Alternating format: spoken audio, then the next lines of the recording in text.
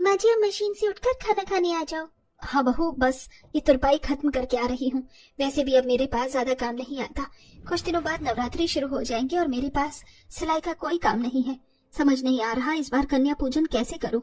इतना बोलकर शोभा खाना खाने के लिए बैठती है। शोभा की उम्र हो चुकी थी, जिस वजह से अब लोग उसे सिलाई का काम नहीं देते थे। सिलाई का काम न होने की वजह से शोभा की आर्थिक स्थिति भी बिगड़ने लग गई और वो लोग 2 वक्त का खाना भी मुश्किल से खा पाते थे। ऐसे ही एक दिन, हे भगवान, फिर से मेरा ब्लाउज फट गया।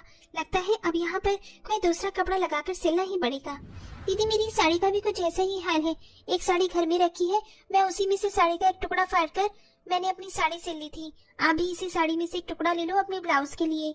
कृतिका के कहने पर भावना बिल्कुल ऐसा ही करती है, पर शोभा अपनी बहू को फटे हुए कपड़े सिलकर पहनता देख बहुत दुखी होती है और वो बड़े दुख के साथ अपनी बहू से कहती है, पता नहीं मैं कैसी दर्जी हूँ जो अपनी बहू के लिए अच्छे कपड़े नहीं बना पा रही।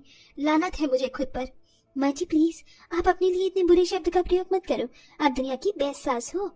हाँ माँ जी, कोमल बिल्कुल सही कह रही है। जब मैं और आकांक्षा गर्भवती हुई तो हम पांचों के पति हमें अकेला छोड़कर अपनी जिम्मेदारियों से मुंह मोड़कर चले गए। उन्हें डर था कि वो इस गरीबी में हमारे साथ अपने बच्चों को नहीं पाल सकती। पर आप इस जिम्मेदारी से पीछे नहीं हटे और आपकी बदौलत ही हमें रूखा सूखा खाने को मिल रहा है और हमारी सरबराह छत है। माँ जी, इसीलिए खबरदार, अगर आपने अपने बारे में कभी भी कुछ गलत कहा तो। बहू, ये तो तुम पांचों का मेरे लिए प्यार है, वरना मैंने तो अपने ऐसे नालायक बेटों से तुम पांचों की शादी करके तुम्हारी जिंदगी बर्बाद कर दी। माँ जी, ये जो हो रहा है वो हमारे नसीब में लिखा था, जिसे आप बदल नहीं सकती। शोभा अपनी पांचों बहू के साथ बातें कर ही रही होती है कि तभी उसके दरवाजे पर दस्तक होती है। मुझे किसी ने बताया कि ये शोभा जी का घर है और मैंने सुना है कि वो बहुत अच्छे कपड़े सिलती हैं। मुझे उनसे कुछ काम करवाना था। हाँ बोलो, मैं ही शोभा हूँ। कल से नवरात्रि शुरू हो रहे हैं और मैं नवरात्र में माता रानी की चुनरी बेचती हूँ।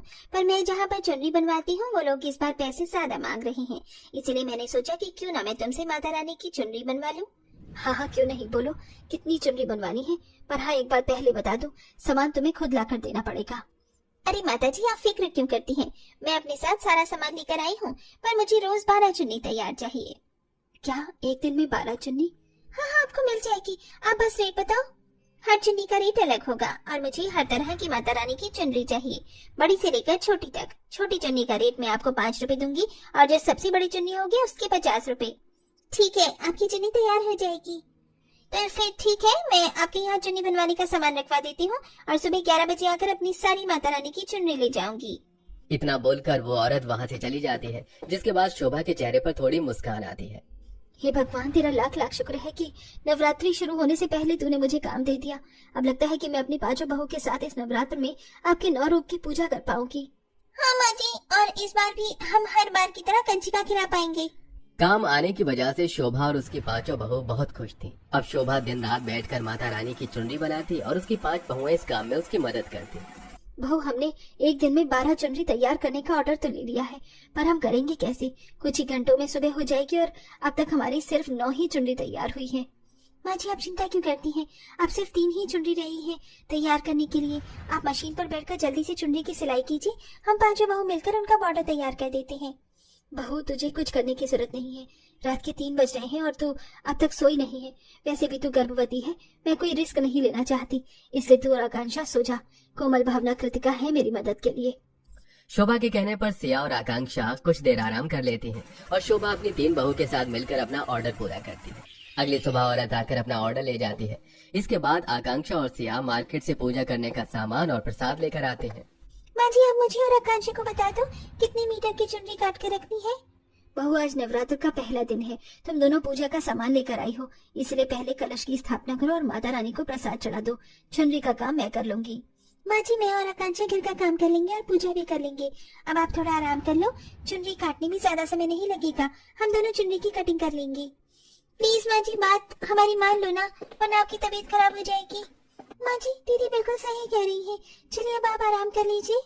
शोभा की पांचों बहू उसे आराम करने के लिए कहती हैं और खुद पांचों बहू मिलकर घर की साफ सफाई करती हैं और माता रानी की पूजा करके प्रसाद चढ़ाती हैं और खाना बनाकर चुनरी काटने के लिए बैठ जाती हैं। कुछ देर बाद शोभा की आंख खुलती है और आंख खुलते ही वो मशीन पर बैठ जाती है।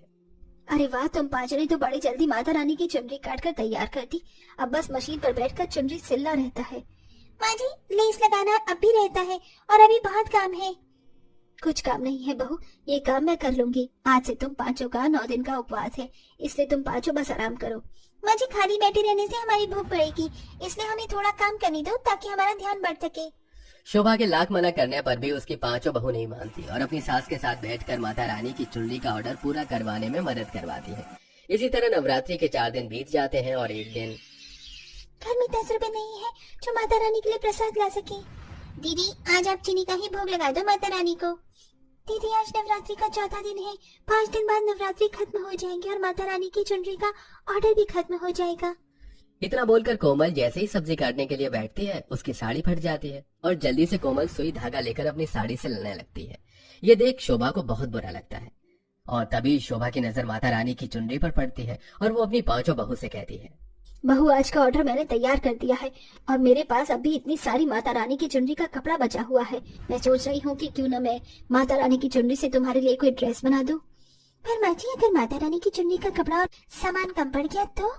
बहू, मैं एक दर्जी हूँ, मुझे कपड़ों का हिसाब आता है और मुझे बिल्कुल अच्छा नहीं लगता जब तुम पांचों अपनी फटी हुई साड़ी को बार बार सिलकर पहनती हो। इस नवरात्र में सभी लोग नए कपड़े पहनकर कन्या पूजन करते हैं और तुम इन फटी साड़ियों में कन्या पूजन करोगी? बिल्कुल नहीं।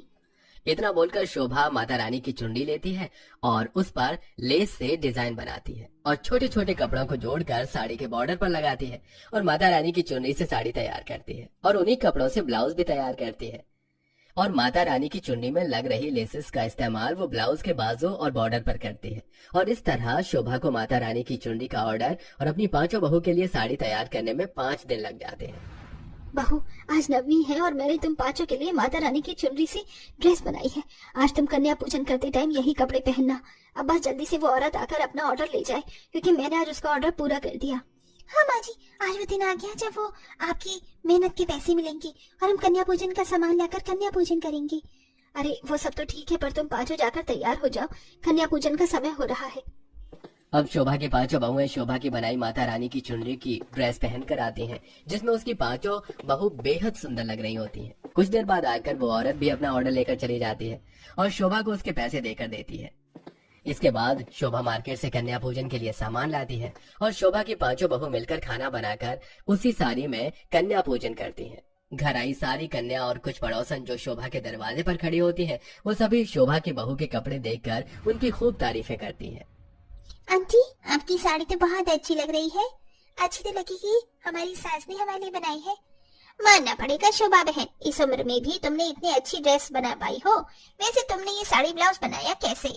बहन, ये साड़ी तो मैंने माता रानी की चुनरी से बनाई है। क्या माता रानी की चुनरी से इतनी प्यारी ड्रेस बना दी तुमने अपनी बहू के लिए? अब तो मैं तुमसे ही अपने सारे कपड़े सिलवाऊंगी।